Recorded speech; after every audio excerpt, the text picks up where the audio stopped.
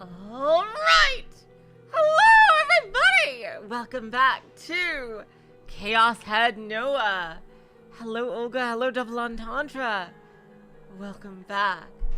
Oh my god, last time Rimi just went into like this catatonic state after accidentally killing Senna and Kozupi, and she regressed to childhood, and Takumi took care of her for a while and eventually used his powers to like go into her memory and saw like her growing up being tortured by Norose, and basically showed that she managed to created a lot of alternate personalities.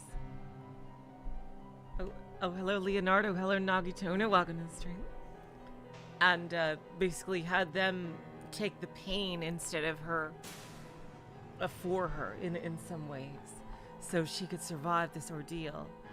And now it appears that Takumi has been exhausted from this, and she's gonna try to take out Norose on her own, so I can't wait to see how this is gonna work. Here we go. Oh, you're fast out. Okay, thank you. By the time SakiHata Rimi left the container, the world around her had changed beyond recognition. A city of death. That was the most fitting description. Countless buildings littering her surroundings had collapsed, and those that had avoided such a fate had deep cracks ripping through them.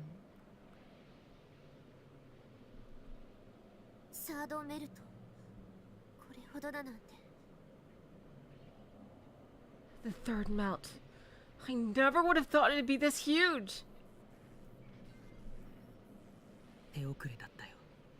I don't know if I can force you to forget.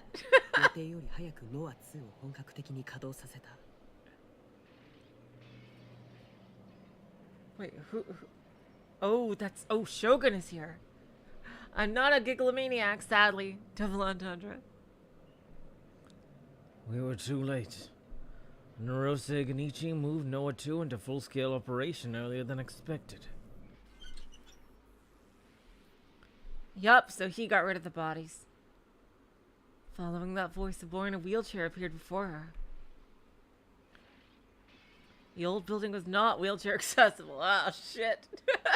Well, did he, like, use a delusion to make it so? To make a wheelchair ramp or something? And yet, despite the fact that it should have been impossible for someone in a wheelchair to ascend to the roof on their own, there he sat. But Rimi showed no signs of being surprised by his appearance.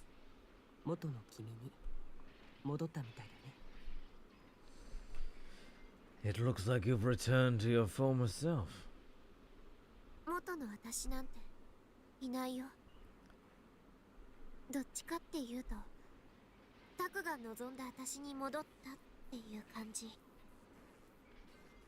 Interesting. So, yeah, well, I mean, the only you that Taku knew was your old self. But now I see like why I thought she was a delusion before, and like she was talking about creating versions of herself, like it's because she literally had to create like new personalities to survive. There's no such thing as my former self. It's more like I'm back to the person that Taku wished for.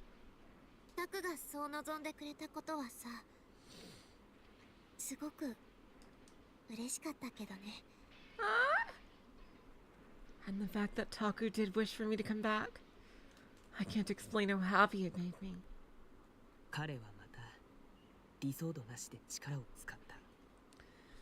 He used his power without a D sword again.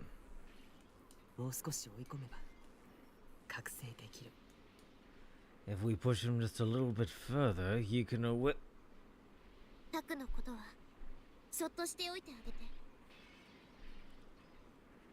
It's okay. You can leave Taku alone. Cutting his words short, Rimi spoke with an intense conviction.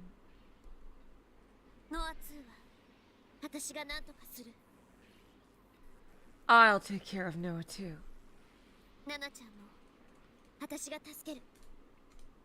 I'll save Nana-chan. Ah! Protagonist Rimi, here we go. I know I'm not gonna let you die either. 君一人じゃノロセに対抗はできない。 You can't face Norose alone. それに前から言っているけど、君は普通に生きるべきなんだ。 And as I've been saying for so long, you deserve a normal life. タクトね。約束したんだ。 Well, here's the thing. I made a promise with Taku. Looking up to the overcast clouds, Rimi gave a fleeting smile. 私がタクのこと守るって。 I promised I would protect him. だから行くね。 So I've gotta go. ビシ Vichy? リミ、 Rimi. Oh my god. Are we gonna see like... Oh my god. Is Shogun gonna fight Suwa and then leave Rimi to go face Norose? Because that would be so badass. Walking past the boy in the wheelchair, Rimi proceeded downstairs, and the boy decided not to follow her, or rather being unable to, sank deeply into his wheelchair and let out a great sigh. 自分を犠牲にするつもりなの、 Yep, リミ。 that's what I thought. You're planning to sacrifice yourself, Rimi.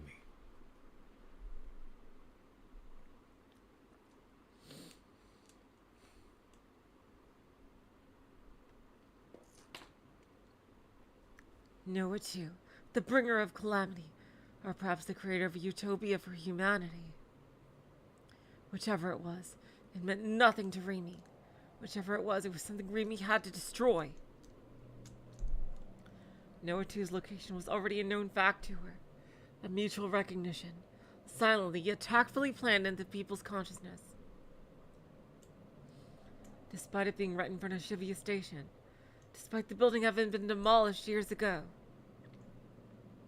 it was there with none suspecting a thing. No one even tried to go inside.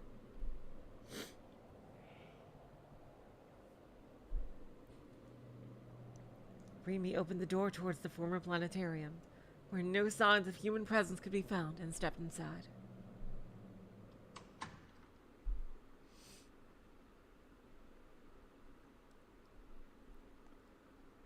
There she is. Rimi's eyes went wide at the scenes she saw before her. There stood a device that was beyond enormous. Enshrined in the center of the dome-shaped room, it could be described only as a monster. She avoided Suwa somehow. I guess Suwa's just off doing his own thing in this chapter, in this route. An ominous sound rang faintly throughout this spacious room. It was a low-pitched noise akin to the deep growl of a beast, a sound that signified the device's operation. Noah too. Nana-chan! Nishijo Nanami was being held captive right next to the device. Her uniform was torn, and a bandage soaked with blood was wrapped around her right wrist. Her head hung toward the floor, and she looked terribly, terribly pale. Faced with such a pitiable sight, Rimi was at a loss for words. Crucified in Jesus of Nazareth's likeness. No, what held her What held her now could not be called a cross. It was something far different, for it took the shape of pure, unadulterated malice. The entirety of this world's evil, the entirety of this world's disorder, the entirety of this world's immorality.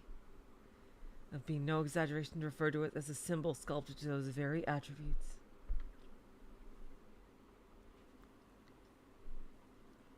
Keeping her guard up, Rimi swiftly checked her surroundings. There was no one else there besides Nanami. She found no traces of the man who had prompted the development of NoaH 2, the man who had performed ruthless torturous experiments on her, Norose Genichi. although surprised by that fact.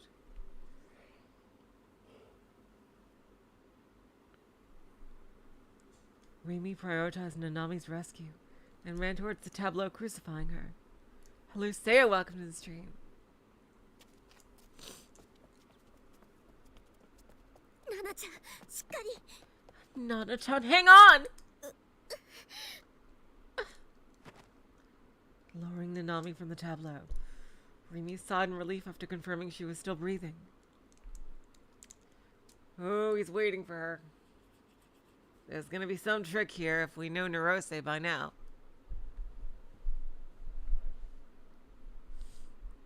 First and foremost, she had to get Nanami somewhere safe. To achieve this end, Rimi went to pick her up. However... Yep. Oh, shit. Yep. It's obviously a trap. That's just the way Norose works. An intense pain surged in her back, as if something was gouging out her very flesh. Rimi vomited blood that stained Nanami's uniform. 久々の再会だというのに、私には挨拶もなしですか? Oh, yep, they straight up skipped Sua in this round, I guess. My. It's our first time seeing each other again, after so unbearably long. Yet not even a greeting. Enduring the pain, Rimi turned her head.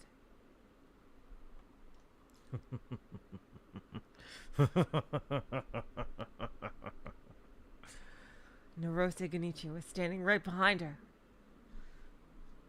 And in his hand was the tableau that had been clasping Nanami only a moment ago. However, it was not a tableau but a sword. Norose Genichi's D-sword. That very blade was now piercing through her body.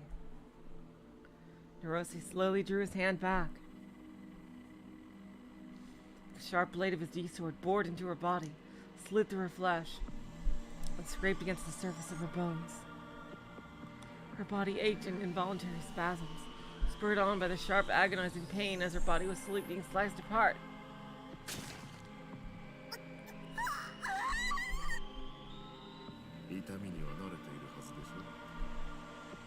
Shouldn't you be more than accustomed to pain? At last, Norose's sword released her. A torrent of blood came gushing free. Every nerve in her body was screaming out in agony. Even now, she felt as if she was about to pass out from the sheer pain.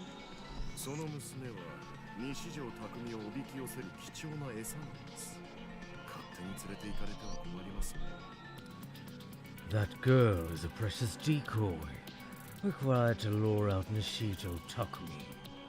Having her taken away on a whim would present quite the trouble.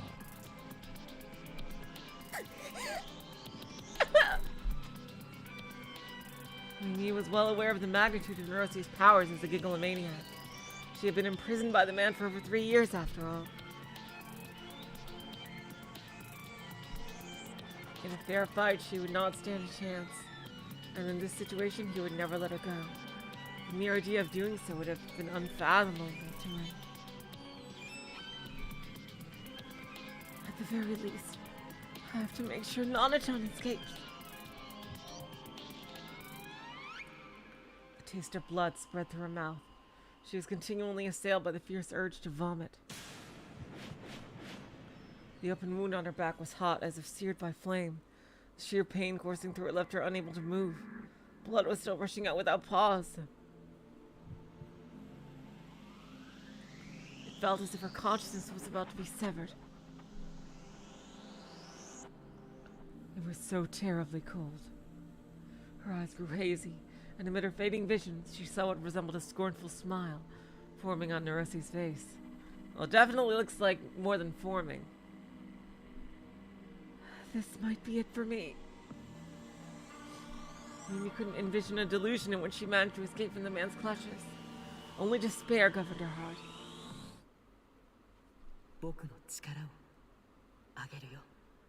Ah, Oh, hell yeah! Woo! Fuck yeah, Shogun. I'll grant you my power.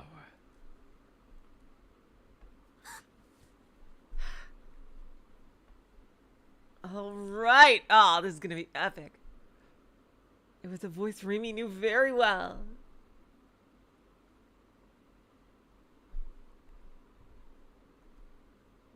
Nishido Takumi, or the boy presenting himself as Shogun.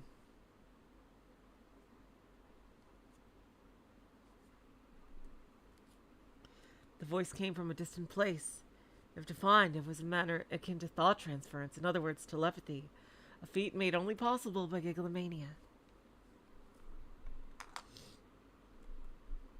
僕の最後の妄想を君に I grant my final delusion to you.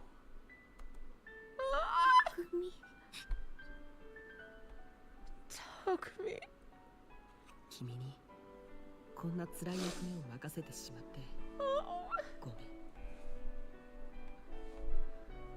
I'm sorry for leaving you with such a difficult duty. もう余計なことは言わない I hope he lives in the true ending. 無理だ分かったから I've come to understand that it's impossible to go against your will. So I won't even try to do so anymore. 死ぬつもりなんだね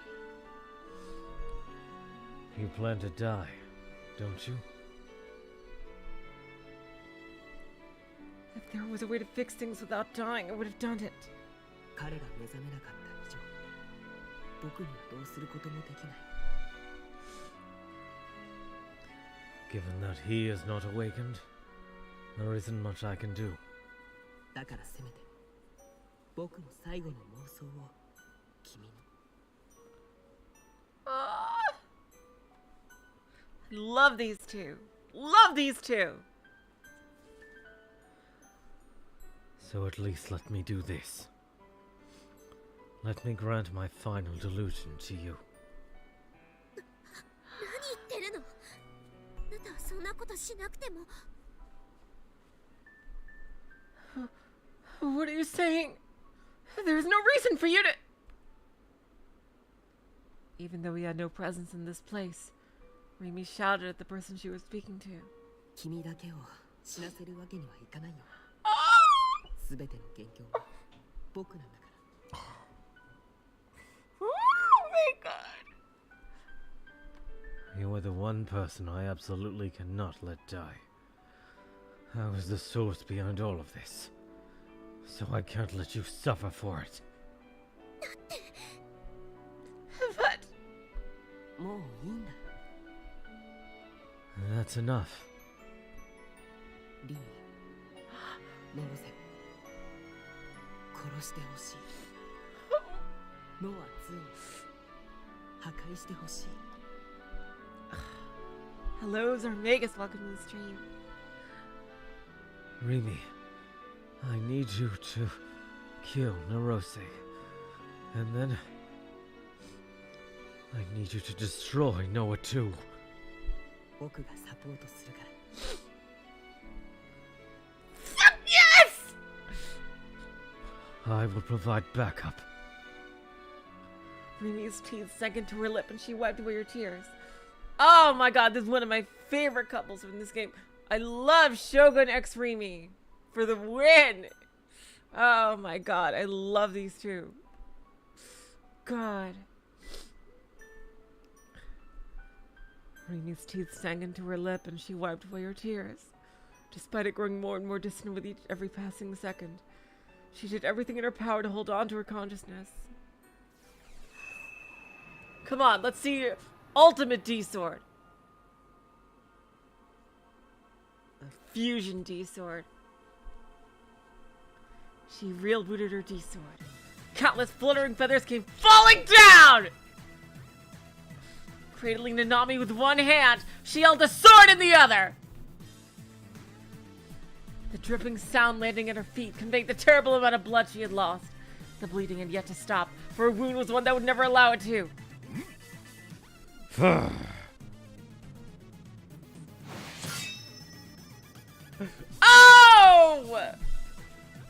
Oh, that was him. God damn it. A single slash of Norose's D-sword. One capable of bringing down all that stood against it. Rimi took the blow with her sword as she covered for Nanami. But their difference in weight proved fatal. Rimi could not take one of Norose's blows head on with a small build. No! What the fuck? We're supposed to win these! She was blown backward and she slammed into the wall behind her. Come on! A crack tore through the wall of the planetarium's dome.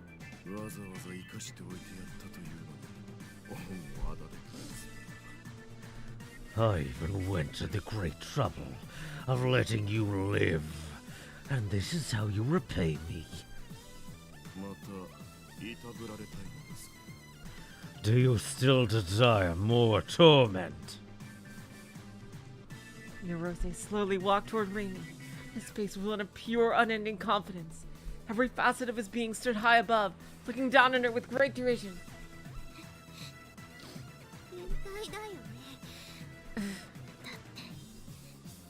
I'm the sadist, aren't you? Rimi grinned, but her smile was a strange one. And then, for some reason only she could have known, she swung her sword toward the cracked wall behind her. The wall collapsed, exposing the scenery of the outside world.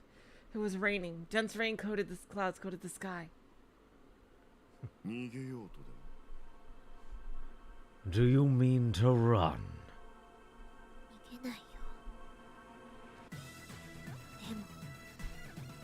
I won't run away.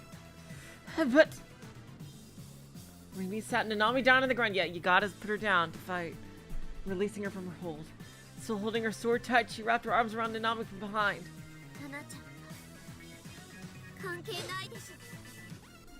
Nana-chan has nothing to do with this!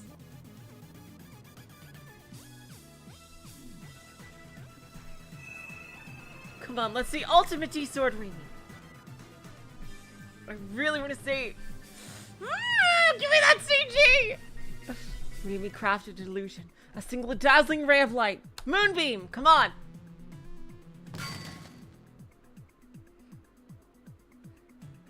By the time the light had subsided, the wing-shaped D-sword Rimi held was no longer there.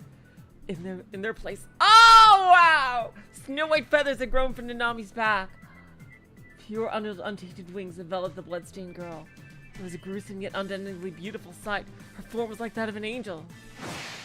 Nanami was unconscious. As if they had a will of their own, the wings that adorned her began to flap. Rimi parted from Nanami. Like, I'm kind of shocked that these Decolomaniacs only use their D-swords as actual swords. If they could literally do anything, like, you know, make it do some crazy broken-ass shit. Like, have it extend everywhere, like, you know, you've seen powers of characters in shows. You can literally do anything. I'm surprised we haven't seen more stuff like this.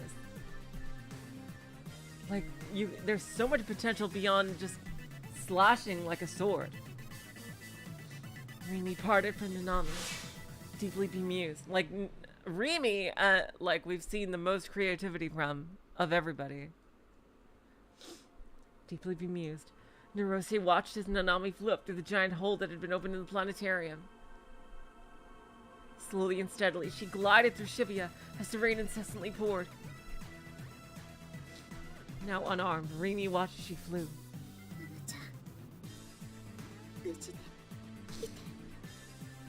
Alright, getting her out of the way. Let's go. Nana-chan, be safe.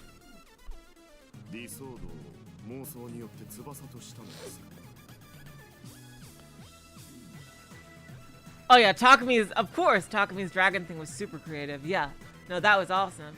But I mean in general. Olga, I mean in general. I see. Using your delusions, you turned your D-sword into a pair of wings.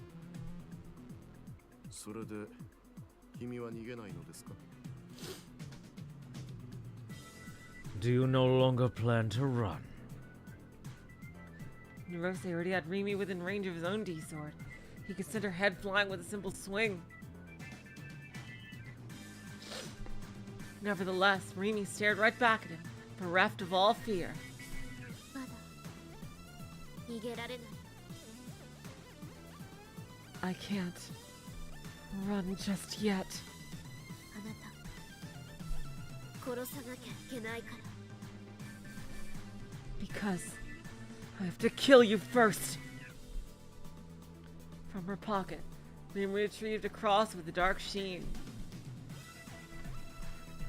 Oh, oh, oh, here we go! To be precise, however, it was not a cross, but rather a stake.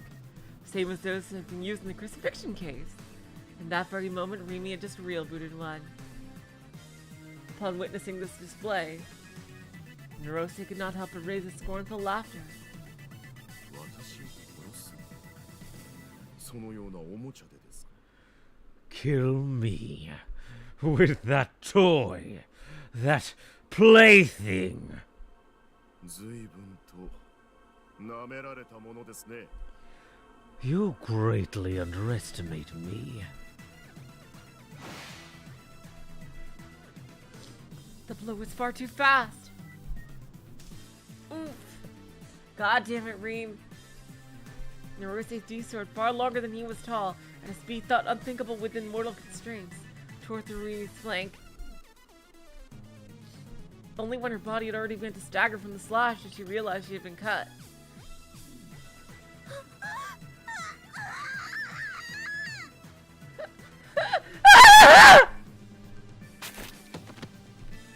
Shit, fucker. Rimi collapsed, screaming at the top of her lungs in the sheer pain. Norose's attack was not one meant to kill. He could have killed her whenever he wished at this point, but he intentionally refrained from doing so, just like any villain would make in their mistakes. Approaching the writhing girl, he trampled down on her arm. Repeatedly alternating between pain breaths and gritting her teeth, Rimi eventually stopped moving, for she had no other choice. The tip of Norose's enormous sword was right up against her blood-drenched back, but he had yet to pierce her with it. もう一度聞かせてもらっていいでしょ Would you be so kind as to say that one more time?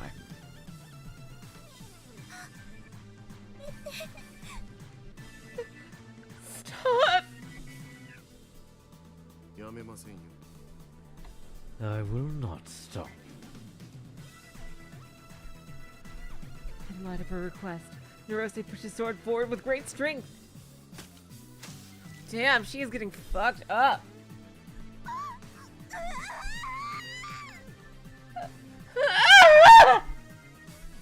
The tip of his sword further gouged the flesh of her bloodstained body, clawing even deeper into her. It was as if he was pitting an insect from her display. それで私を殺すと言いましたかそれとも私の聞き間違いでしょうか She's biding her time for something. So, I believe you said you would kill me. Or did I simply mishear you?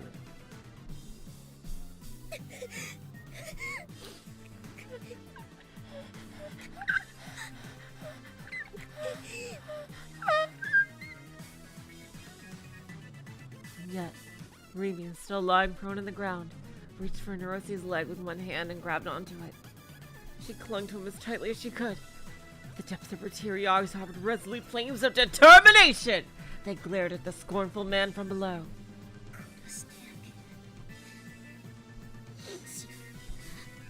あなたを I will. I'll kill you. I'll put you to rest. Forever! Pulling his sword out from under her, Norose kicked Rimi in the jaw with all of his strength. Ooh, God. It is really impressive she's still conscious. Her body tumbled across the floor like a rag doll. しばらく会わないうちに実に不愉快な人間になったようですね It seems that in the time we've spent apart, you have grown to be a rather displeasing human being. Really? Really?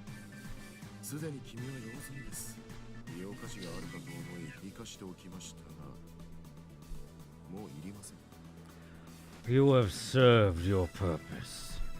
I let you live believing you were worth using later on. But I find myself no longer in need of you. Rimi was on the verge of death. She tried pushing up her body from the floor and crawling toward Norose. But without her D-sword and being unable to walk, she might as well have been already dead. 私に生意気な口を叩いたことを後悔しながら死んでいってください。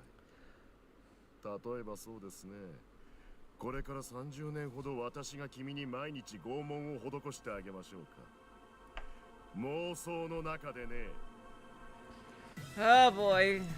Infinite Tsukuyomi here. Until the very moment your life slips away, I ask that you never let these impertinent remarks leave your mind.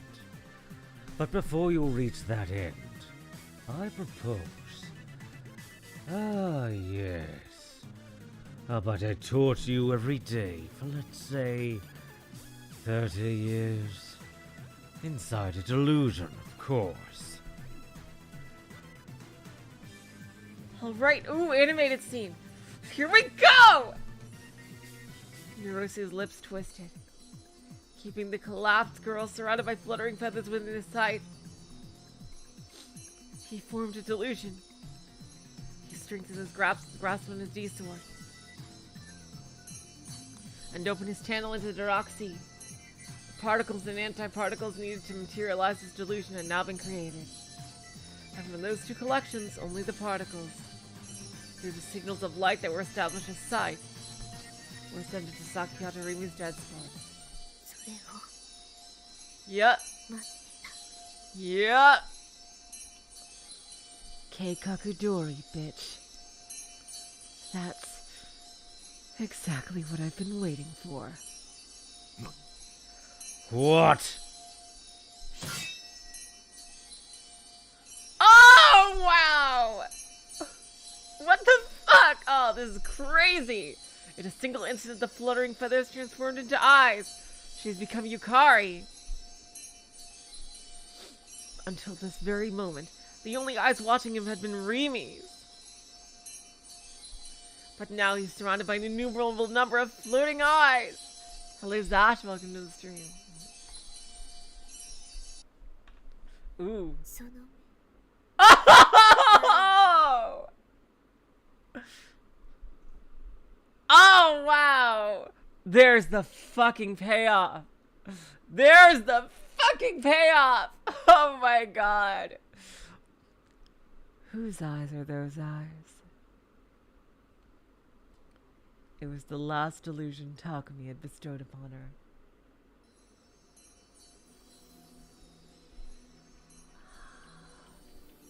Oh man, what a payoff line! The particles Norose had sent were impeded by the countless eyes, rendering them unable to reach Rimi's dead spots, and those eyes connected to the Dark Sea, discharged many antiparticles. An indomitable defense which cancels out the power of a gigalomaniac! Only because he was Nishijo motherfucking Takumi. Only because he was a gigalomaniac powerful enough to create a human. Only because he had exhausted the final embers of his own life. Such a monstrous delusion had been real-booted.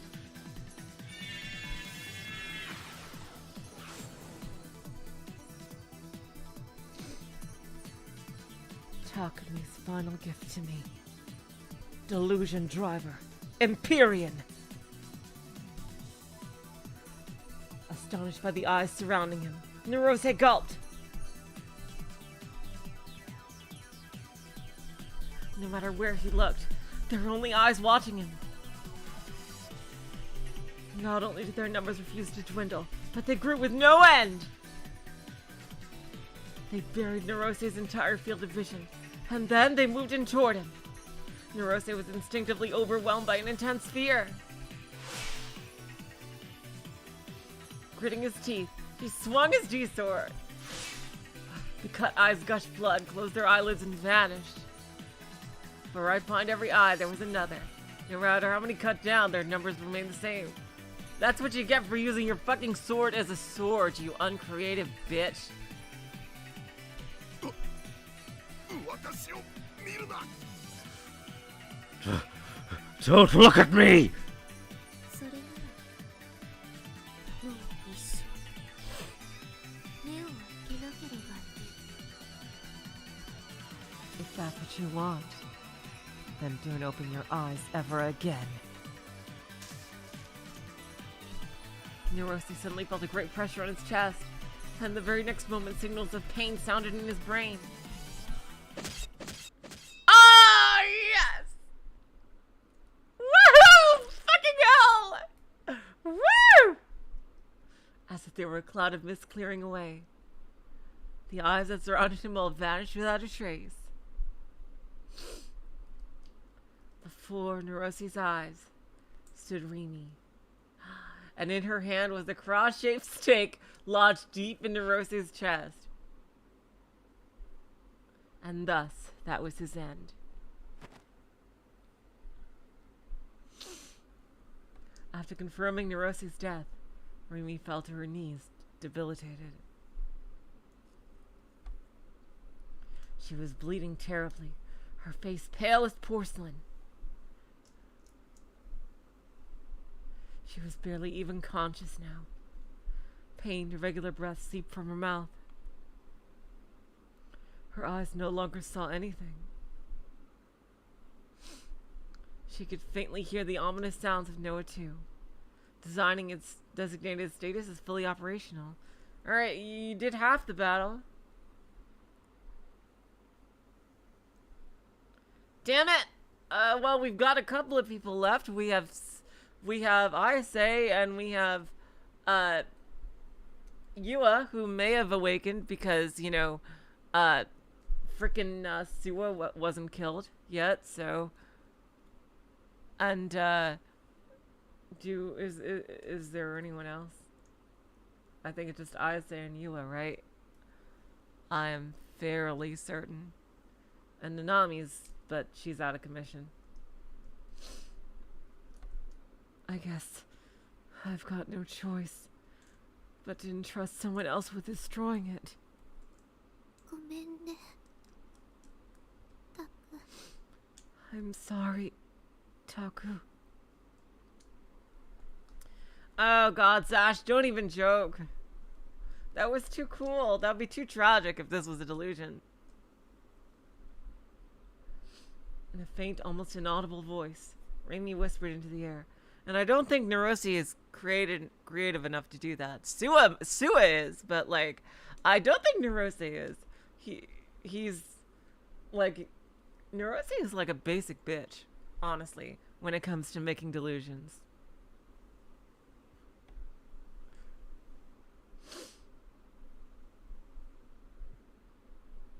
In a faint, almost inaudible voice, Rimi whispered into the air. 約束守れそうにないみたい。 I don't think I'll be able to keep my promise. ナナちゃん助けたから。それで罪滅ぼしなんかにはならないけど、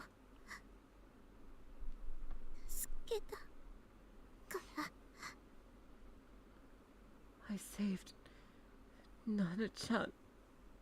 I know that's not enough to pay for my sins. But still, I saved her. Rimi sluggishly raised her face, completely as ash. I can't believe Norose has like so many years of experience as a gigglomaniac, and he just uses it to swing a blade. Pathetic.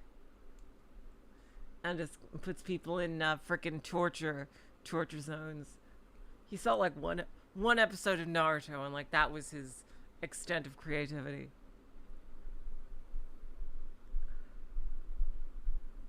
Rimi sluggishly raised her face. There should have been of the planetarium's wall that had collapsed. A section through which the sky should have been peeking.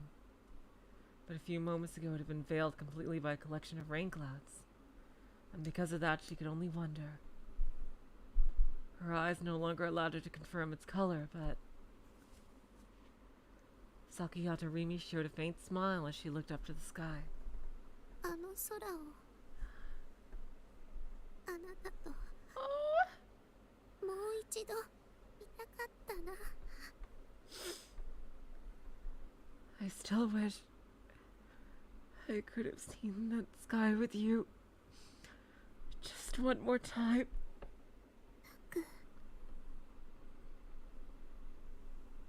ありがとう。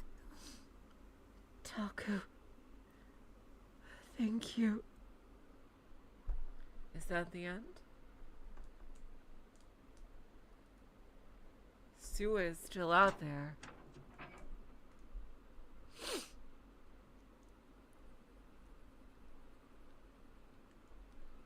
When I opened the door to my base and stepped out, a clear blue sky jumped into view. I had the feeling that it had been raining, but it must have cleared up pretty fast. I hadn't been able to find Rimi anywhere. She had vanished without a single word to me. Once again, she had disappeared on me. I've been waiting and waiting for hours on end, but she never came back. Instead, waiting outside my base was Shogun. Ah, jeez. Shogun! Shogun! Moving very slowly, the wrinkly boy in the wheelchair looked directly at me. Terrified, my legs gave out on me and I fell to the ground. 君はこれから自由だよ。 You're free now.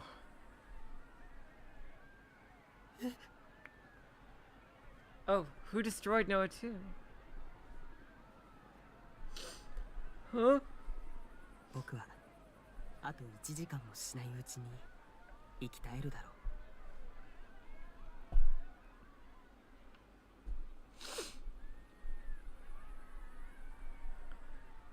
In less than an hour, my time will come.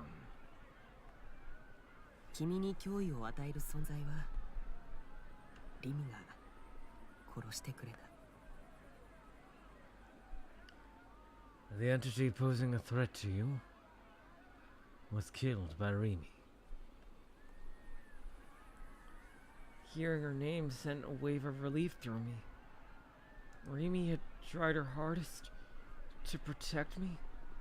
青井瀬名と折原梢の死体は僕が隠しておいた。 I was the one who hid Aoi Sena and Orihara Kozoe's corpses. 七海は病院に収容された。 Oh, good. Nanami was safely admitted to that hospital. だから君はもう Sua and the nurse are still alive. Though. Therefore, you're free now. I didn't understand. Wasn't he my enemy? リミは What about Rimi? リミはどこへ？ Where did she go? リミはもう戻ってこないよ。 Rimi won't be coming back. え？ What? それじゃ Adieu. Shogun. Oh, Shogun. Still skillfully maneuvering his wheelchair, turned his back to me. I blinked once, and within that time frame, one that hadn't even spanned a single second, Shogun had vanished without a trace.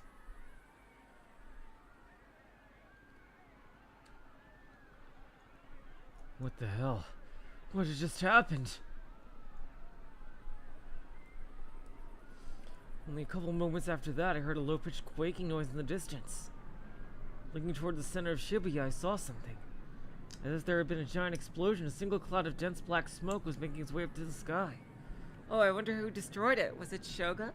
He is the freaking like Master Yoda of this world here. Fucking crazy.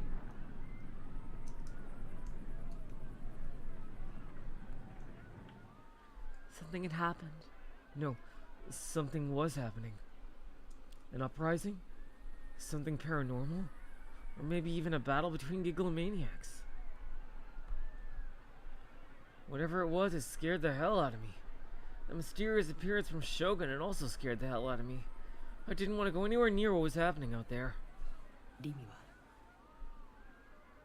もう戻ってこないよ。 Rimi won't be coming back. But Rimi could have been over there. She had disappeared once again, and yet I was surprisingly calm. It was strange. For some reason, I didn't feel like I'd been betrayed this time. All right. Good.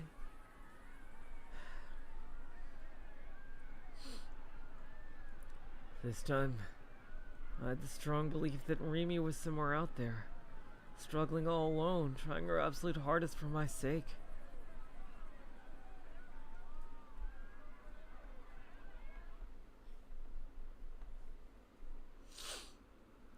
But, Rimi, haven't you done enough? Haven't you faced enough hardships as it is? You shouldn't have to suffer any longer. There's no reason to. It's not right.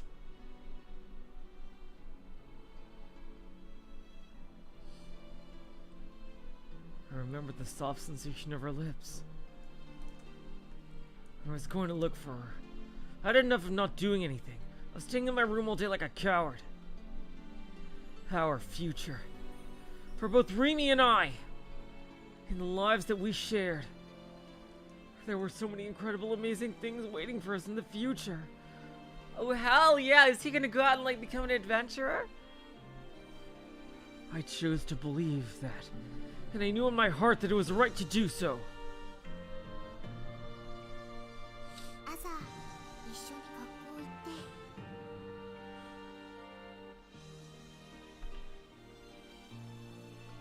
We'll go to school in the morning.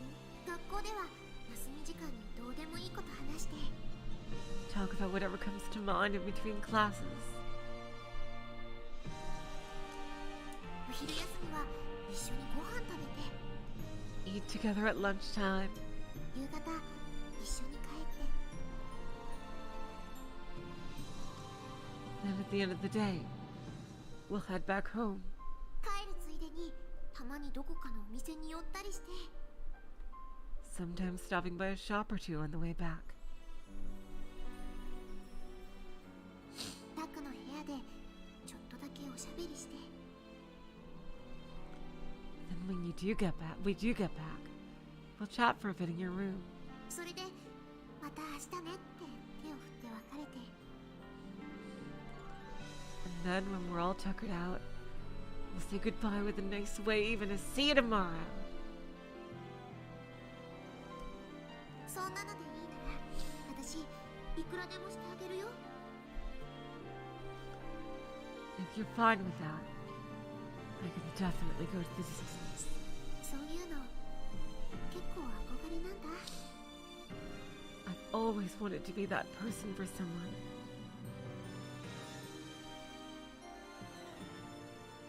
Now I understood. I understood what she had meant by those words. How much she wished for such a simple life. When I thought back on everything, I realized that the time I'd spent with her had only been a few hours in total, but I'd loved every last second of it. I was always happy when I was with her.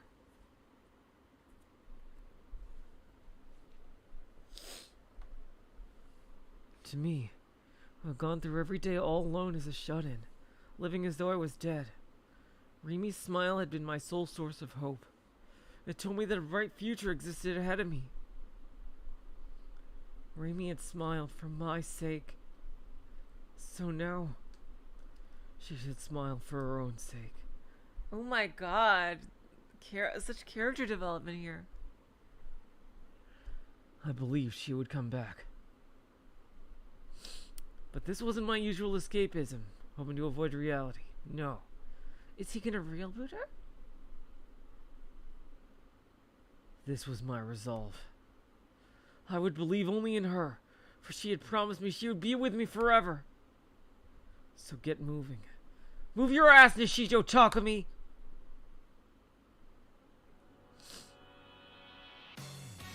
So, in order to see her again, I headed towards the destroyed Shibuya. Wait for me, Rimi. I'll find you. I know I will. And this time, I'll stay by your side. My god. Now Taku finally becoming like the Giga Chad that like freaking Shogun always was. Oh, that's a great ending. Oh my god. It's a shame that Senna and Kozubi had to die for it, but oh man. I love that character development there at the end. And that was so badass. Freaking, we got another awesome Delusion Driver in period with that. Oh my god. Seriously cool to see Rimi take him out. Although, Suwa is still on the loose.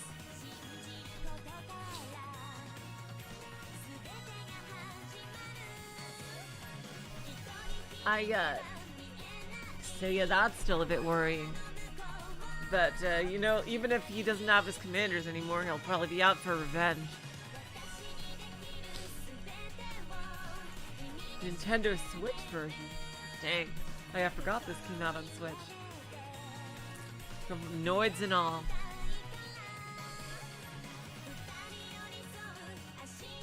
Alright. Oh yeah, this is gonna demonetize the stream, but yeah, it doesn't matter. It's a vocal song. They demonetize it for like even the faintest BGM. So Love Studio. Are we gonna get an epilogue here? Are we gonna get a post-credits scene? Mages. That was fucking awesome.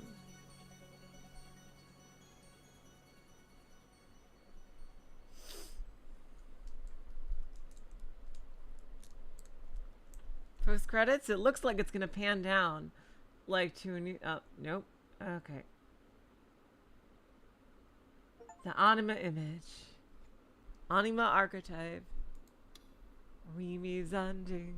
Let's see. Alright! And with that, all we have is freaking ISAs left. Oh man. I gotta say, that was a badass ending. Yeah, it took 1 more hour as I thought. So we'll use this hour to, yep. Yeah, only ISA is left. We'll use this hour that's left to us to try and get to the meat of ISA's ending.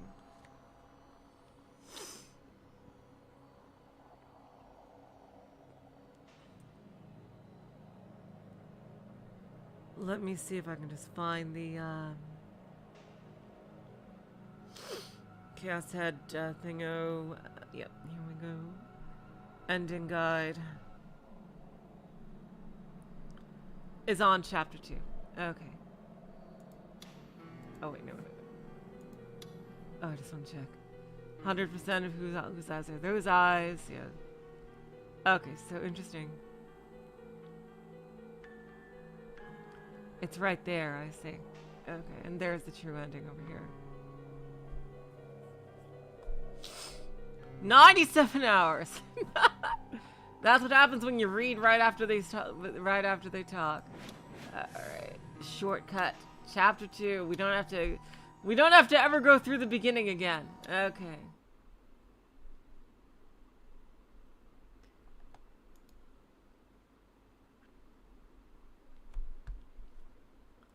All right. Do do do do do do do do do do do do do do do do.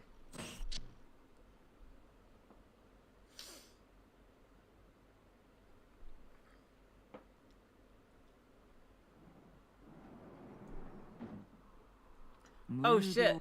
I hope that wasn't the right one.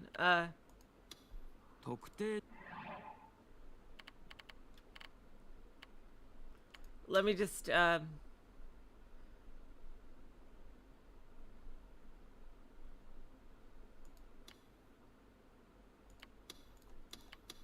there we go. Because I don't want to miss it.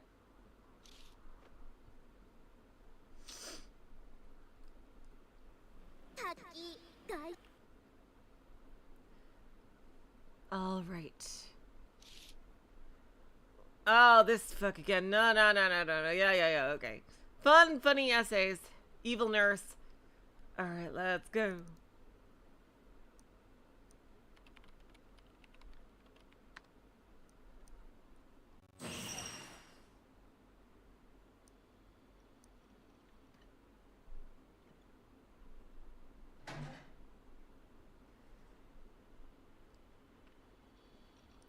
There's Suo when he was just an innocent, you know, himbo.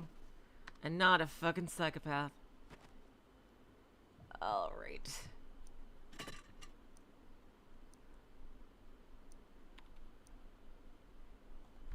Jeez. Oh, here we go at Icy's place. It should be here.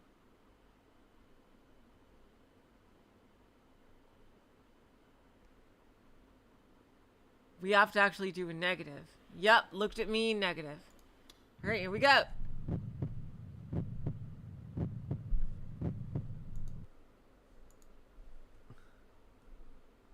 Alright, let's get to the question. Alright, here we go. And the answers are yes, no, and then the rest yes. Festus be asking me for salvation.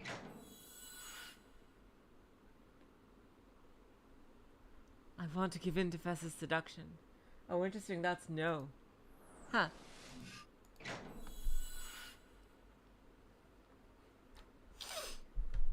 I'm sure jumping off would feel me. What the fuck? Some weird ass answers, man. Jeez. I don't care if I die as long as it's together with Fess. Oh, this route is gonna be a bit weird. But we'll see how it goes. I want to be set free from everything.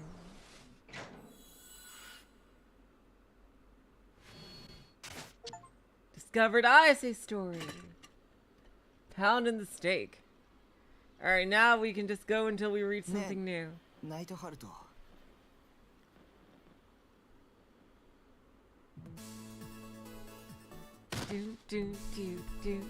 Do.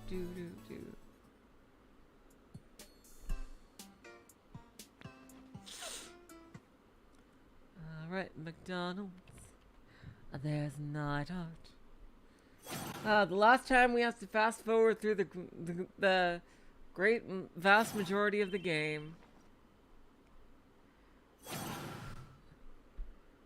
Alright. Yeah, we don't need any more delusions. There's that really cool Senna CG.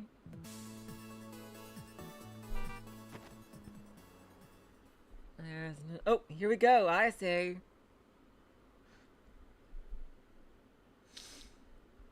As mornings progressed, Kishimoto Ayase stood before the school gate, watching the sky absent-mindedly. Students passed by on either side, and she paid no attention to the strange looks she received from them.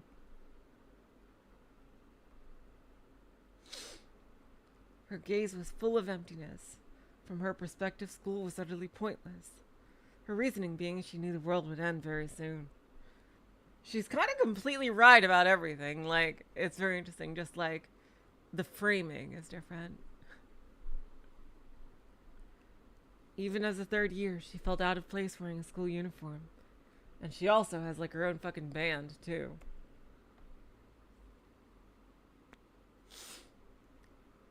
This was no time to be attending school. So she believed. Still, she occasionally went in to continue her search. Her search for the gate! The Steins Gate and the other Black Knights. Suime Academy was the place where the Black Knights would gather. Or rather, it was a place where they would be gathered. That was the conclusion she had reached. From a young age, Ayase had been seen as a problem child. She never finished middle school, thus preventing her from enrolling in high school. In spite of this, she transferred into Suime Academy during May of her first year. A day she remembered vividly even now. She had stood before the gate on that day, just as she was now. Until then, she had been institutionalized by Arkhart Medical, those motherfuckers. During that time, she endured a hellish trial in order to become a Black Knight. And that's how she compartmentalized it, just like how Rimi, created all these new personalities. She, escaped it by, envisioning this as, harsh trial to become a hero. 1 month of psychiatric treatment later, she was finally discharged. The hospital's director, a man whose name she had long since forgotten, spoke to her at that time. Starting tomorrow, you'll be attending high school in Shibuya at Suime Academy. I've done all the work needed to enroll you already. She was not told why. Those words still in her mind, the day she had arrived before the school gate, she muttered something to herself. 天空赤く染まるとき、写真王の帯同と呼応し、7つの黒き邪神は生まれ、やがて聖域へと召喚される。 Nobody ever listens to you, and you're right about everything. You just don't know the fucking terminology. I feel... God damn it. Oh. The heavens shall be dyed in red by the quickening of the wicked-hearted king. 7 dark wicked hearts shall face birth in concord with this hour, for they are soon summoned to this holy land. そして宣言するのだ。悪夢よ、最悪よ、暗黒なる肉塊たちよ。邪神により邪神をほふられ、邪神王が支配する世界は砕け散ると。 Yeah, she knows literally everything. And it will come to pass 0 nightmares, 0 calamities, 0 darkened cadavers torn asunder. That wicked hearts shall slay one another, and so will be shattered the world under the wicked-hearted king's dominion. They were verses of the legend from the Gladiole Book of Psalms and Revelation. A prophecy Ayase had taken to heart. One she uttered only because she knew now for certain this was the gathering place of the Black Knights. Thus she would continue waiting. Thus she would continue searching. And as time passed, she never felt a single trace of wickedness. Until now. At last she could sense a presence. The presence of a potential Black Knight. It had certainly kept her waiting. But the change was wholly a welcome one. もう時間はないわ。グラジオールの復活はすぐそこ。 Time is already growing short. Gladiol's resurrection is almost upon us.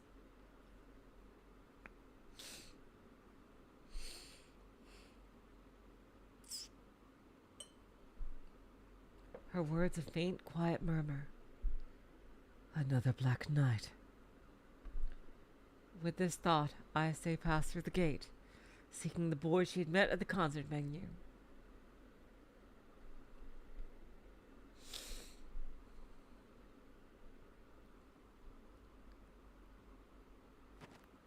Alright, and there we go. We see it from Takumi's perspective.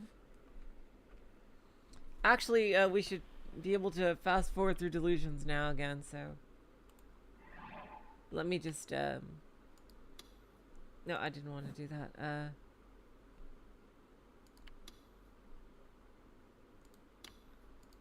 There. Now, because we don't need any more delusions, so, yeah, it's fine.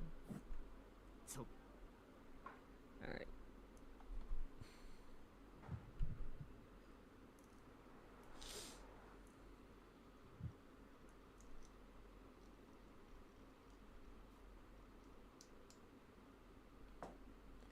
Alright, just gonna fast forward. There's Rimi coming in. Alright, she's gonna do her long introduction scene, but... Alright, here we go.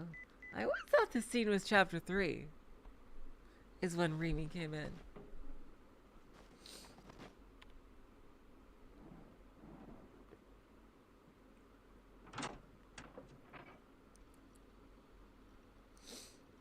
I know, here's talking again.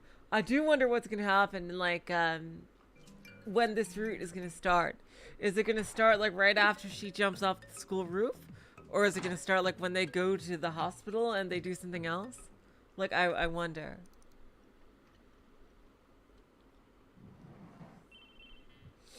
I also wonder if there's gonna be any more Ayase scenes. You know, like, pre-route scenes.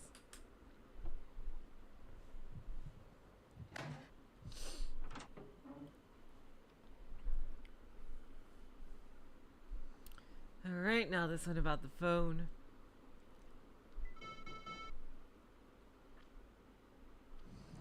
Poor Bon, you didn't deserve to die. I really hope you actually lived. God damn it. I don't know, by some miracle I hope he actually lived.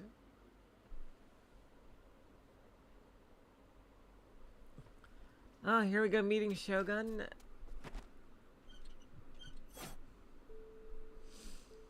There's Reams and... Alright, yeah, all the freaking killings. There's Senna. Oh wow, I forgot we saw Rimi in there so early. I know, right, Nagito? No, freaking Bond deserved way better than that. Just to be killed unceremoniously like that. I was really banking on fucking, I say and or awakened Yua to save him. It's like they would have a brief skirmish with Sua, but like he would like leave and say like, I have better fish to fry. or something like that. Like, you know, like to prepare for the ultimate day or something like that, and like they would save him. God damn it. Like I was really pissed off about that death. But you know, I guess that'd be cool, Sash. That'd be really cool. Oh, you're right. That's possible. Yeah. That could still be a thing. Like I say, saving him in her route alongside Yua. I'm guessing. Ah, there's Yua just doing everything the wrong way possible. Jeez. Or should I say Mia? Ah, jeez. All right. Here's another Ayase part coming up. Do do do do do do do do. Fast forward through the game. Wonder where again we're gonna get a new scene. I love that. I love that sprite of her. That close. Her concert outfit, like with the black lipstick, is so fucking cool.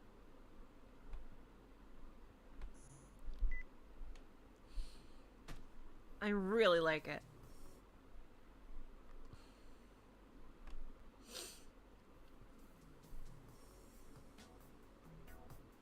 I saw that detective tier list, yeah. With the Death Note and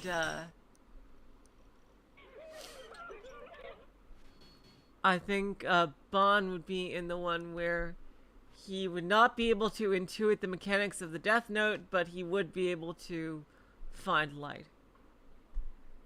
I think that's where Bon would be.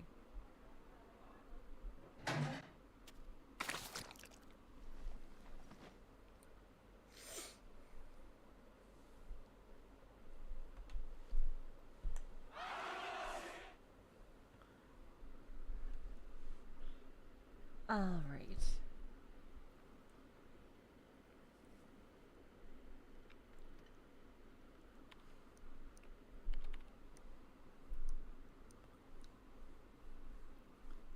Let's go.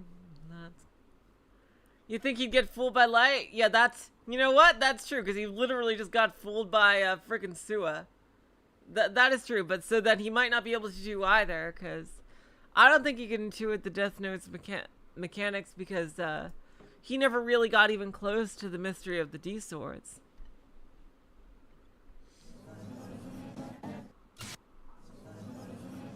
like, of how that was done. That's true, yeah, like, with, I just realized about Sua. He might not be able to do either. Because of Sua. Yeah. He trusted Sua way too easily.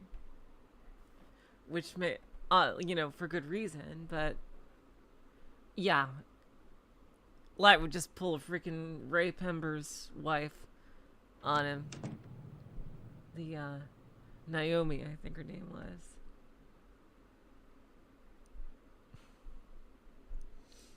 Oh, here we go.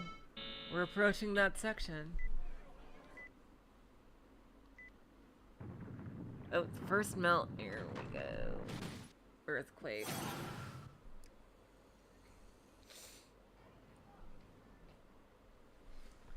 Takumi's computer crashing. It's Shogun.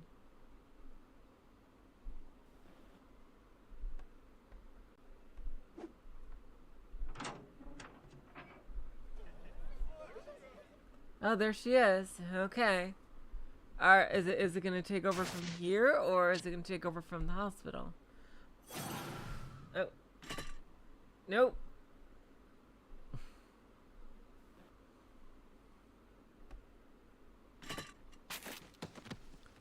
Do.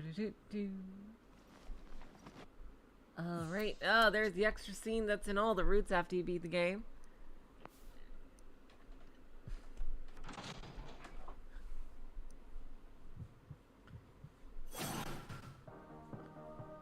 Oh, here we go, handy time.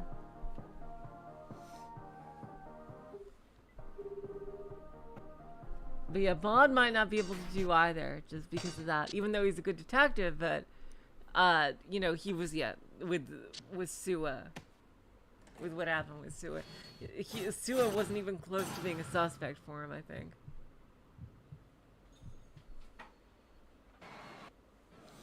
Oh, no, come on, I gotta do this again? Oh! I forgot! Oh, it's the last time I have to fucking do this. Oh. Please let me get it right.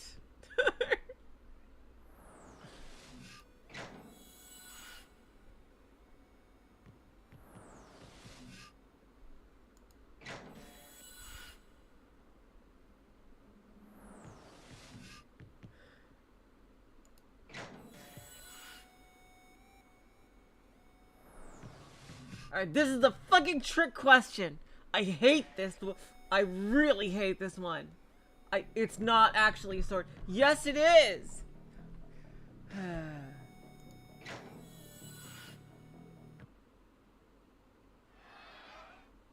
God damn it. Alright, there we go. I got through it for the last time. Ah, thank God. Okay. I hate the way that one is worded. Like, it is both a sword and not a sword. It's not like a normal sword, but it is a fucking sword. It's called a D-sword. Like, God. I really hate the way that last one is worded.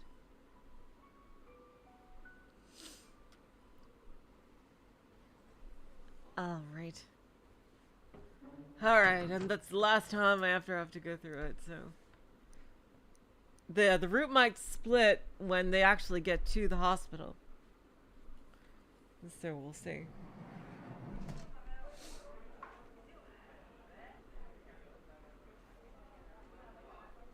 We have to go through the whole Senna and Kozabi arc. I find it hilarious that freaking she's just like... She's working for the Council of 300 this whole time. I think it's fucking hilarious. Especially if, I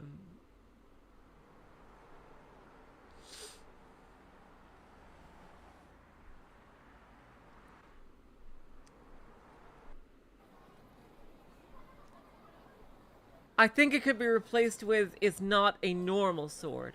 I think that would be a better question.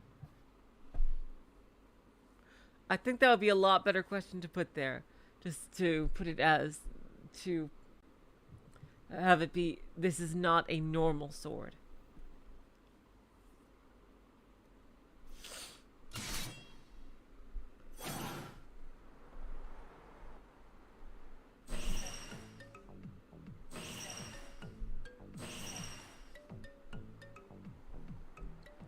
Alright, here we go.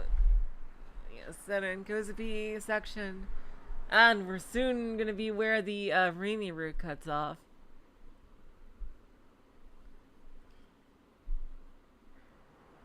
Where they just get straight up murdered. I love that photo. I love that photo. Oh, here we go. Here we go. Is this like for reals or just let me check.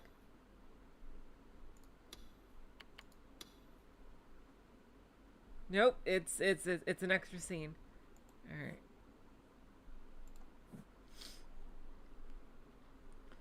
According to the minimum attendance chart, I didn't have to go to school today. But despite that, I came to school anyway for one reason, and one reason only. To see Rimi. I had no doubt that the DQNs in class would make fun of me, just like they always did. It would definitely suck, but if it meant I could see Rimi, I could endure it. It was also possible that Shogun could show up again. He seemed to be playing with me just like it was some kind of game after all. Maybe he'd feel like sending me on another quest soon. Just the thought alone terrified me.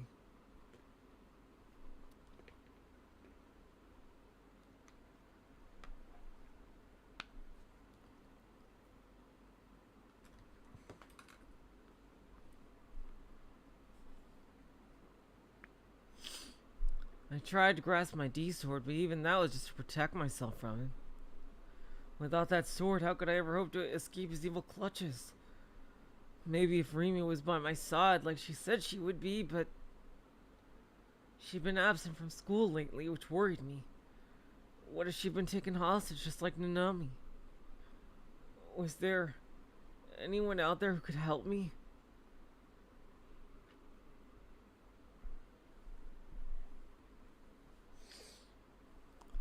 I entered the classroom with my head pointed straight at the floor.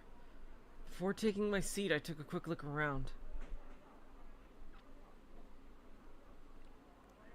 I don't think she's in the council, because the council is like extra-dimensional beings. But she works for them. I looked toward Rimi's seat first. Empty. Was she taking today off too? Was it really that simple? Was she really just taking time off? I began to feel anxious. Next, I looked over at Kozapi's desk.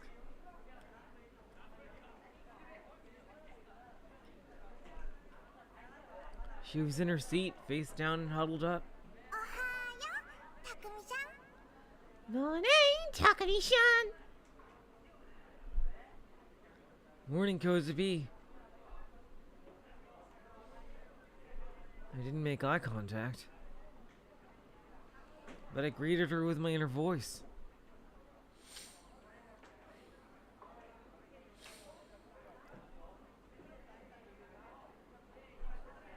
Female DQNs were watching me, smirking. Cunts. It's no different than yesterday. And already labeled me as that otaku freak who said he was a psychic and made an ass of himself on TV. And that label wasn't going away anytime soon. Is this really a new scene? Because I pretty much remember it. The male DQNs didn't seem to have arrived yet. It's pretty common for them to skip first period, and that was fine by me. I took my seat.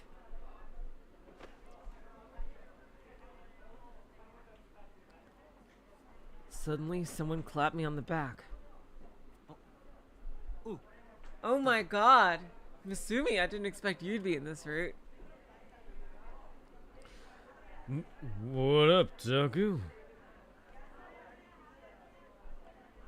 It was Masumi-kun, with an uncomfortable look on his face. His slap was a lot weaker than usual. You certainly had no issue ignoring me before. Why start paying attention to me now all of a sudden?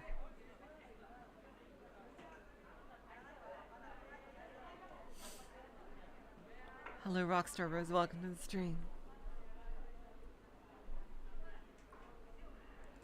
I'm sure that you'll regret talking to me. You'll become the DQN's next target, just like me. Yeah, Misumi-kun, even you. You'd be better off not associating with an otaku freak like me. I remained silent, but Misumi-kun forced a smile.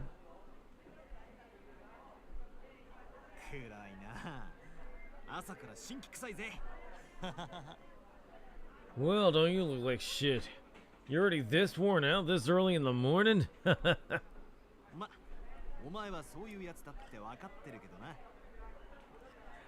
Well, I know you're just that kind of guy. As harsh as his words were, I didn't get the feeling that he was joking or acting sarcastic. After all, it was pretty common for him to say stuff like that. あれだ。この前は悪かったな。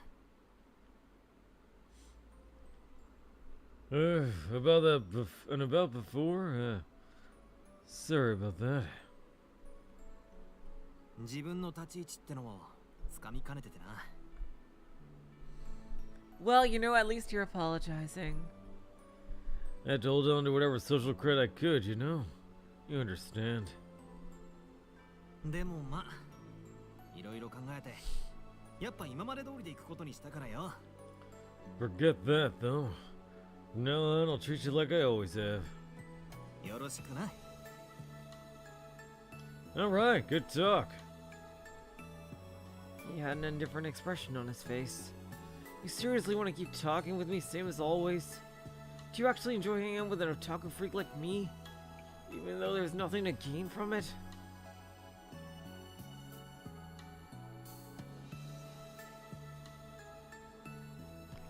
Shit, I was actually getting...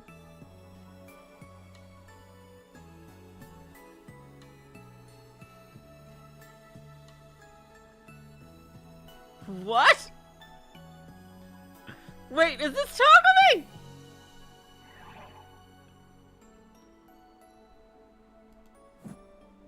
What the fuck? What the fuck?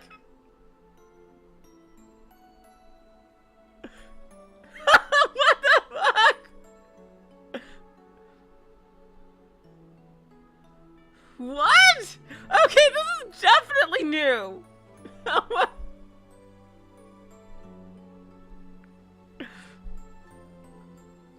What? Being straight is like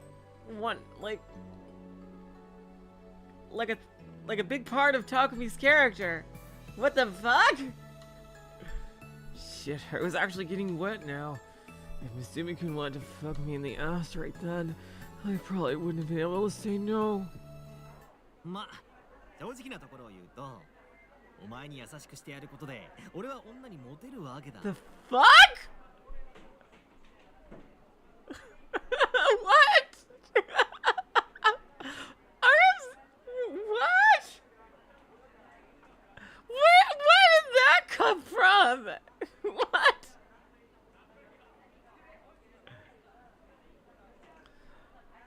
Well, to be honest, I just figured being nice to you will help me stay popular with the ladies. あんなダメ人間にもわけ隔てなく接するなんて、とってもかっこいい人だわ、キャ。ってな。He's kind enough to keep talking to human trash like him. What a dreamboat. Swoon. You know. Misumi Daisuke, go What?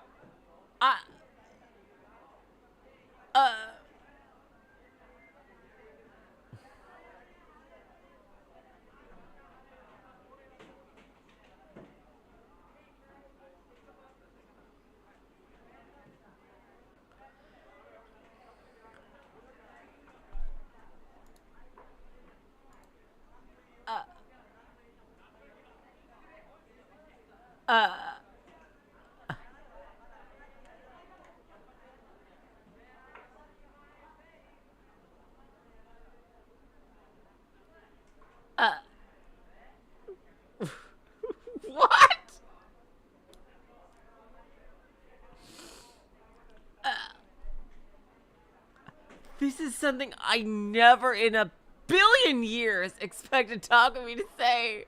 What?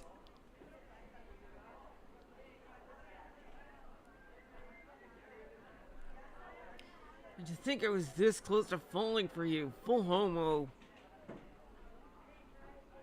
Just didn't open... You just didn't open your stupid mouth. Nobody would have ever realized you were such a narcissist.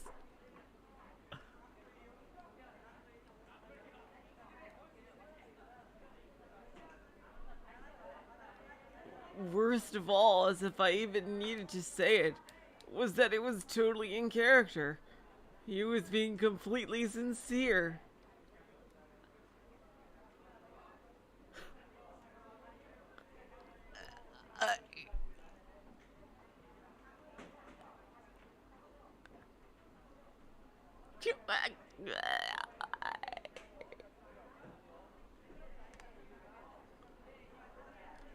Is Takumi just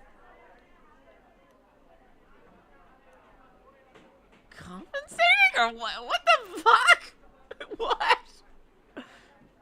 Is what?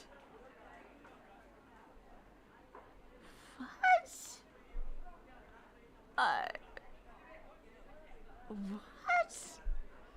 And so I finally cracked. My lips curved into a bitter smile.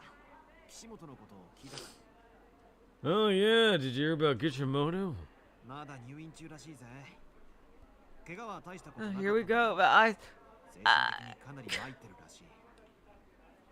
and like, that's like his inner thoughts. Like, he has no reason like to lie in his inner thoughts. Like, Takumi is someone who says his most honest reactions as his inner thoughts to everything.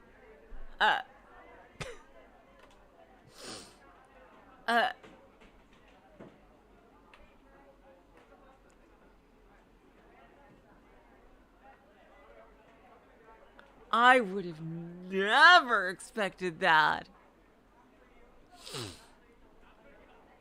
Apparently she's still in the hospital. Her injuries weren't all that bad, but she's pretty messed up in the head.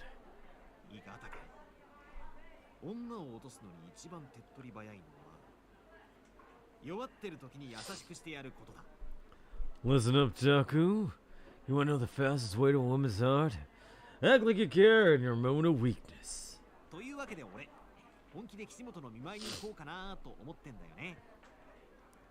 So, on that note, I'm seriously thinking about paying Kishimoto a visit.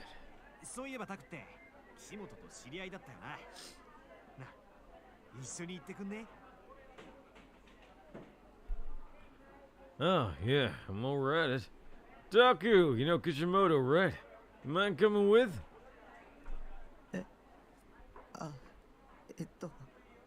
Huh? It was the typical subject matter from Masumi-kun, but that was beside the point. He'd mentioned Ayase. With Rimi gone, maybe she was someone I could turn to. Maybe I could depend on someone like her.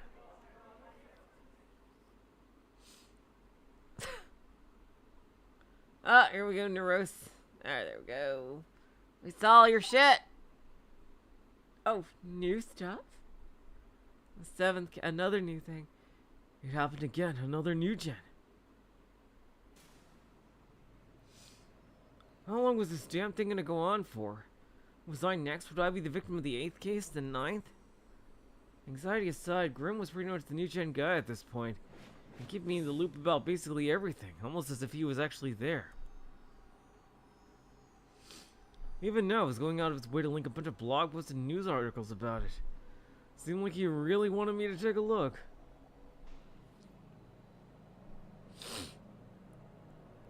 Biting my lip, I reluctantly clicked the first link. I've entered the route, really. This is all the same so far, and we still have time. So I'll keep going until it changes to the route proper.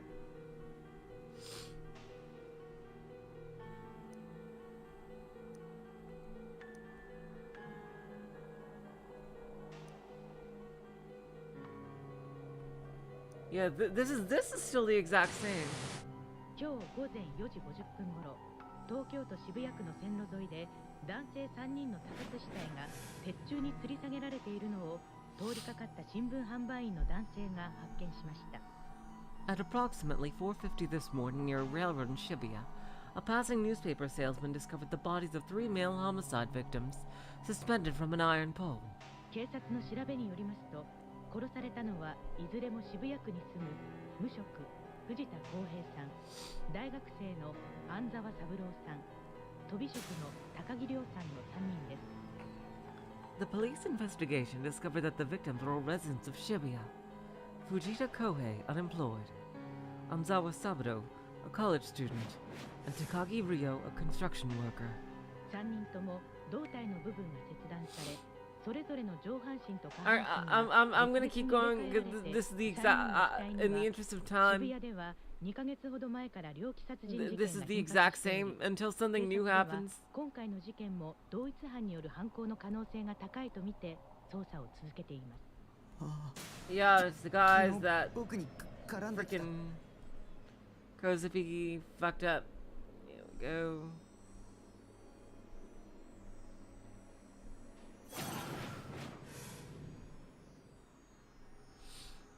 All right.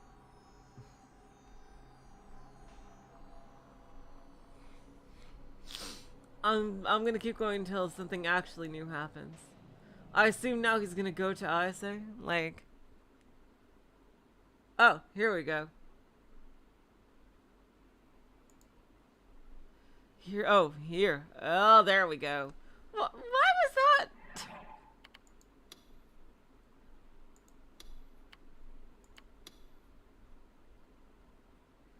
Yeah, there we go. Chapter 8, Ayase Route. A contract of blood to seal our sin. Ooh, wow.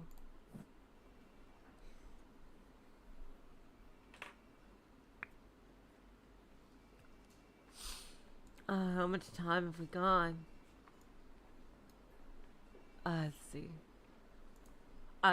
You know what? I gotta go to take a bathroom break for a bit, and I'll see if I can do like the first scene or so of this.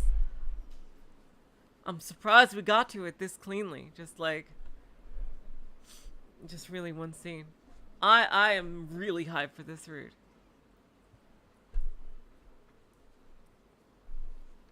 I'll be right back in a couple of minutes.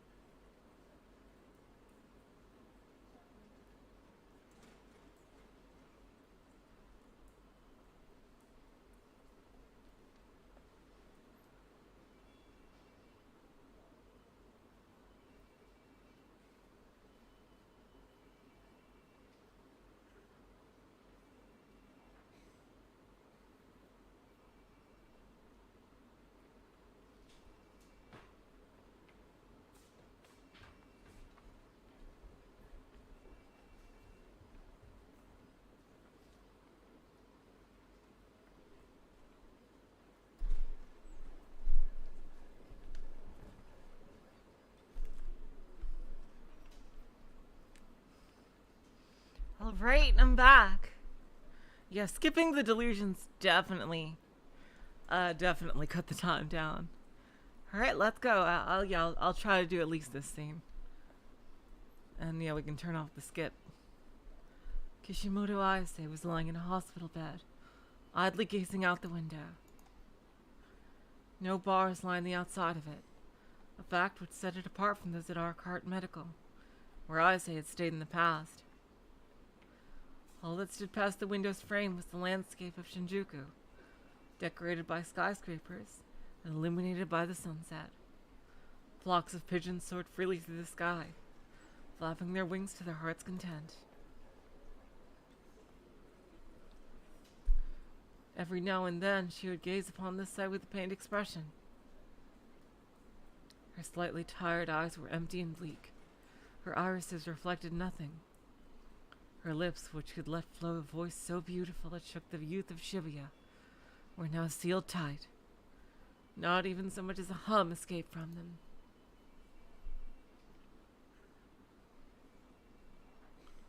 Following her suicide attempt, an event which caused quite the turmoil, she had been admitted to the psychiatric ward of a large hospital in Yoyogi. That TV is in a really awkward place, I just realized. Like, she can't even watch it while in bed.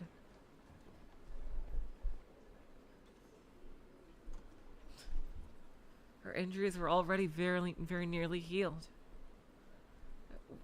Oh wow, that's nice. According to the doctors, it had been nothing short of a miracle that she had been able to survive a fall from that height, let alone with barely even a scratch. I just think it's also very romantic that the first time Takumi used his powers was to save her life. I think that's just very romantic. However, she indeed hit her head fairly hard. And as such, she had been rushed to the hospital.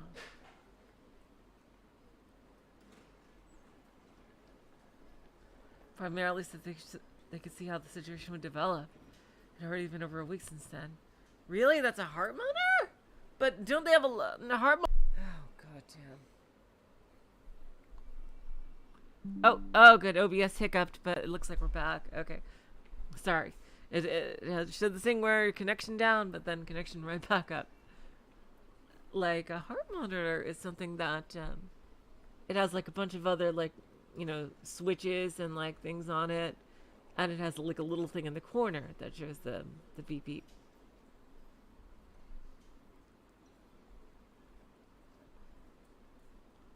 However, she had indeed hit her head fairly hard. And as such, she had been rushed to the hospital. Primarily so they could see how the situation would develop. It had already been over a week since then. However, despite her being admitted for such a reason, all it seemed to entail was a few rudimentary tests taken every couple of days or so. Beyond that, she'd been rather neglected. Her hospital room was private, with no other beds inside it. Ever since her stay had begun, her D-sword had been leaning against the window. It constantly emitted a blue light, yet nobody who visited her ever seemed to notice.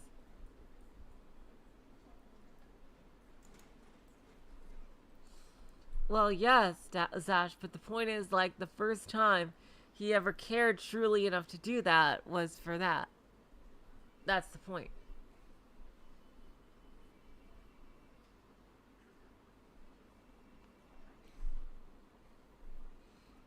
Not that there have been many visitors to begin with. Phantasm fans would attempt to force their way into the room daily. Oh, really? But as they always cause quite a disturbance in the process, the hospital had an excuse to forbid them from visiting her. And since Ayase was somewhat detached from her family, there were almost no others who came to visit her. Her fellow band members had made an appearance once, but Ayase used that opportunity to announce her decision for the band to break up. Makes sense, though.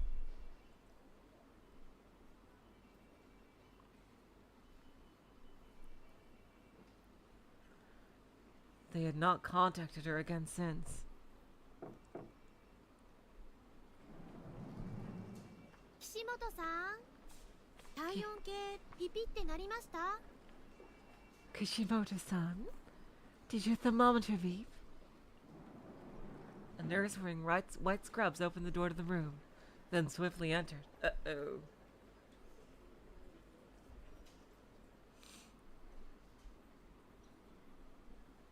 Ayase slowly turned to look at the nurse's face, then took out the thermometer that had been resting under her arm. It was as if she had only just remembered its presence.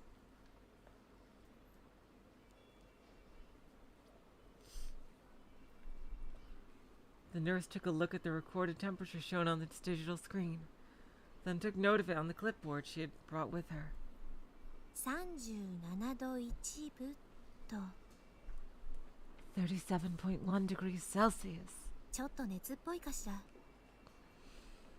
You have a very slight fever. You'd even count that as a fever? That's like that feels like a freaking rounding error. ズキズキする Jeez. 頭。 Oh, but she does have a headache. My head hurts.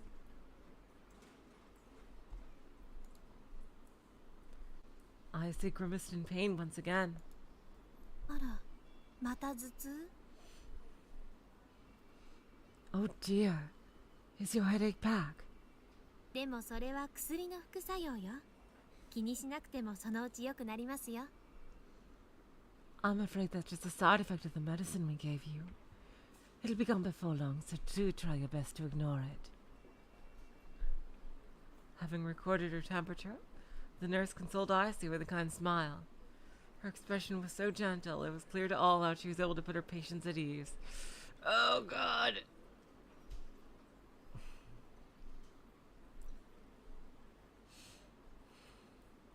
And yet, despite the nurse's attempts, Ayase simply pushed her hand against her forehead as she shook it back and forth. Ayase had been plagued by mild headaches ever since she had been first hospitalized. They were not especially painful, but they still left her with an uncomfortable feeling that refused to go away, one that felt as if her brain itself was convulsing. It even reached the point where her ability to think was impaired. As well as this, her body would feel as heavy as lead. Ayase had experienced such symptoms in the past, namely when she had been institutionalized at Arkheart Medical. Back then, her head had constantly been split apart by painful headaches. Oh God, seriously. All these girls have been fucking tortured, either emotionally or physically or both.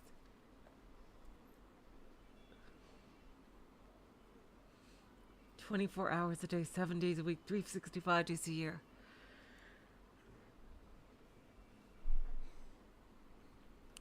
It had deprived her of all sleep and emotional stability. Those were the memories she did not want to resurface. The past she had sealed away. The events of around 2 years ago.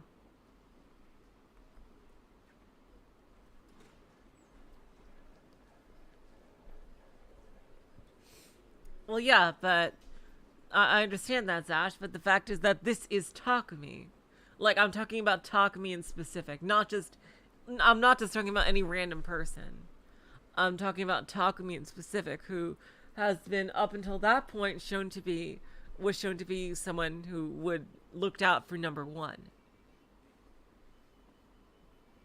Like, up until that point in the story, like, Takumi was not the type of person to ever do anything for anyone else, ever. And that was his first real act of selflessness in the story.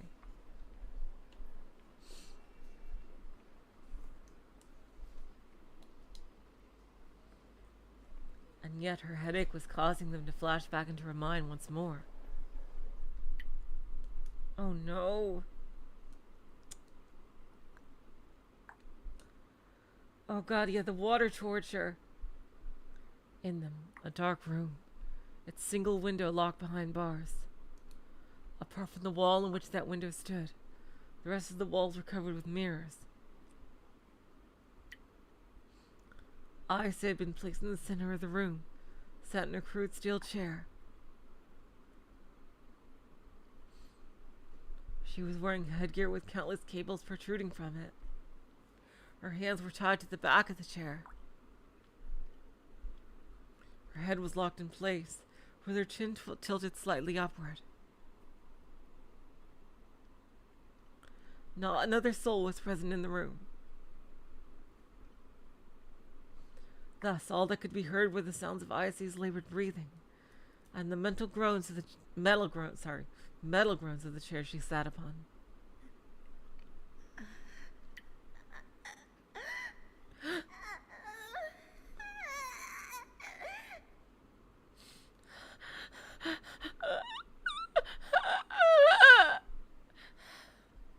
Saliva tricked down from the corners of her mouth, accompanied by moans akin to those of beasts. If anyone were to hear them, they would never have been to guess they would be coming from a girl as young as her.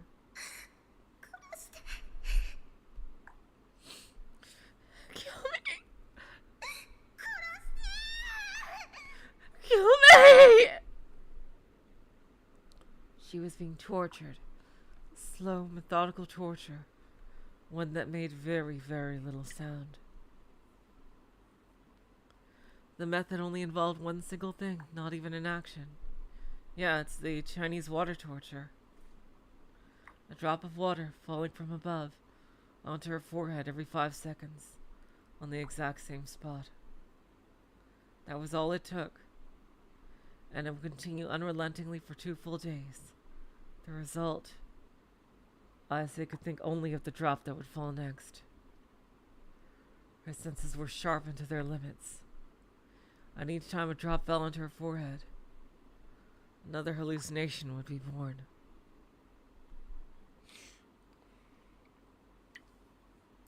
One in which each and every nerve across her body was plucked out one by one.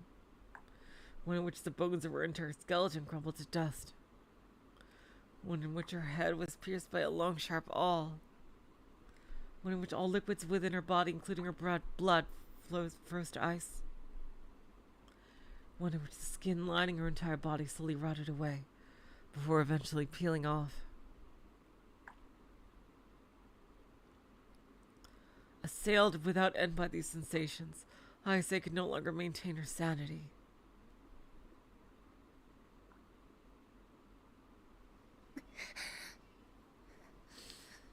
Oh God, Ayase.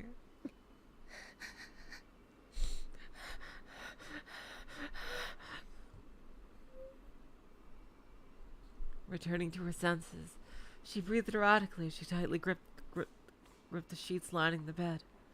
Her body trembled as those dark memories of hers resurfaced in her mind.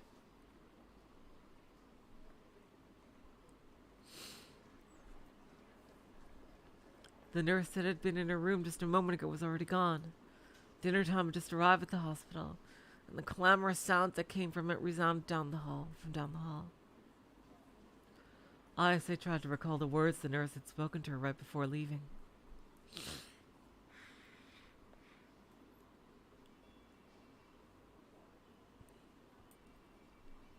Was her headache really just a side effect of the drug she was on? Or had it been caused by her hitting her head, perhaps? Or perhaps it was this hallucination brought forth by her past memories?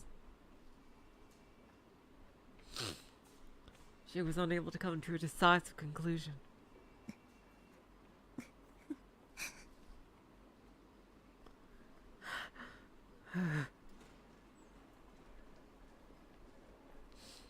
Wiping away the sweat that ran down her forehead, Ayase called forth a smile laced with self-loathing.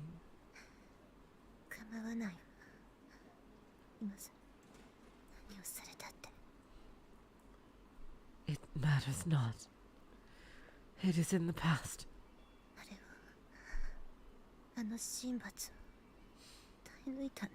She is so fucking cool. For I endured and survived my divine punishment.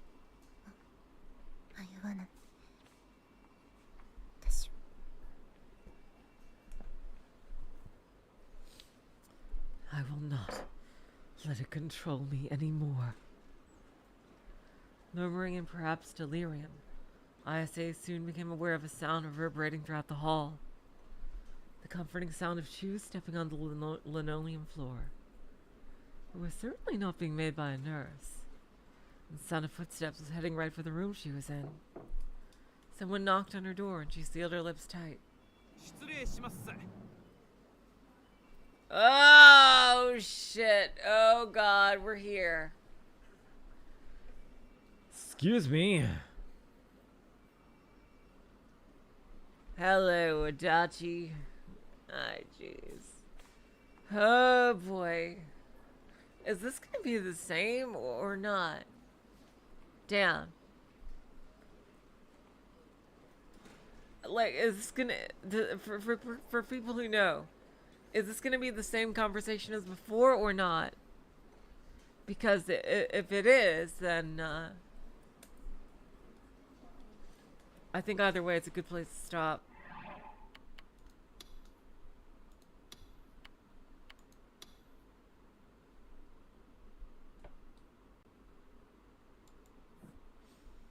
Is this,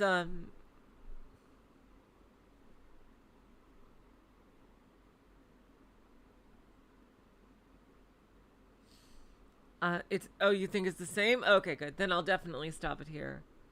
Okay. Okay. I'm gonna save it here, and next time we plow through this scene and we finally do Ayase Ruth proper. I am so fucking hyped, you guys. I've been saving this for the end, and I've been so looking forward to this. Next time, Ayase Ruth for full, yes! Woo! So yeah, until then, I will say, so long, farewell, auf Wiedersehen, good night. You're all the sweetest of hearts. See ya.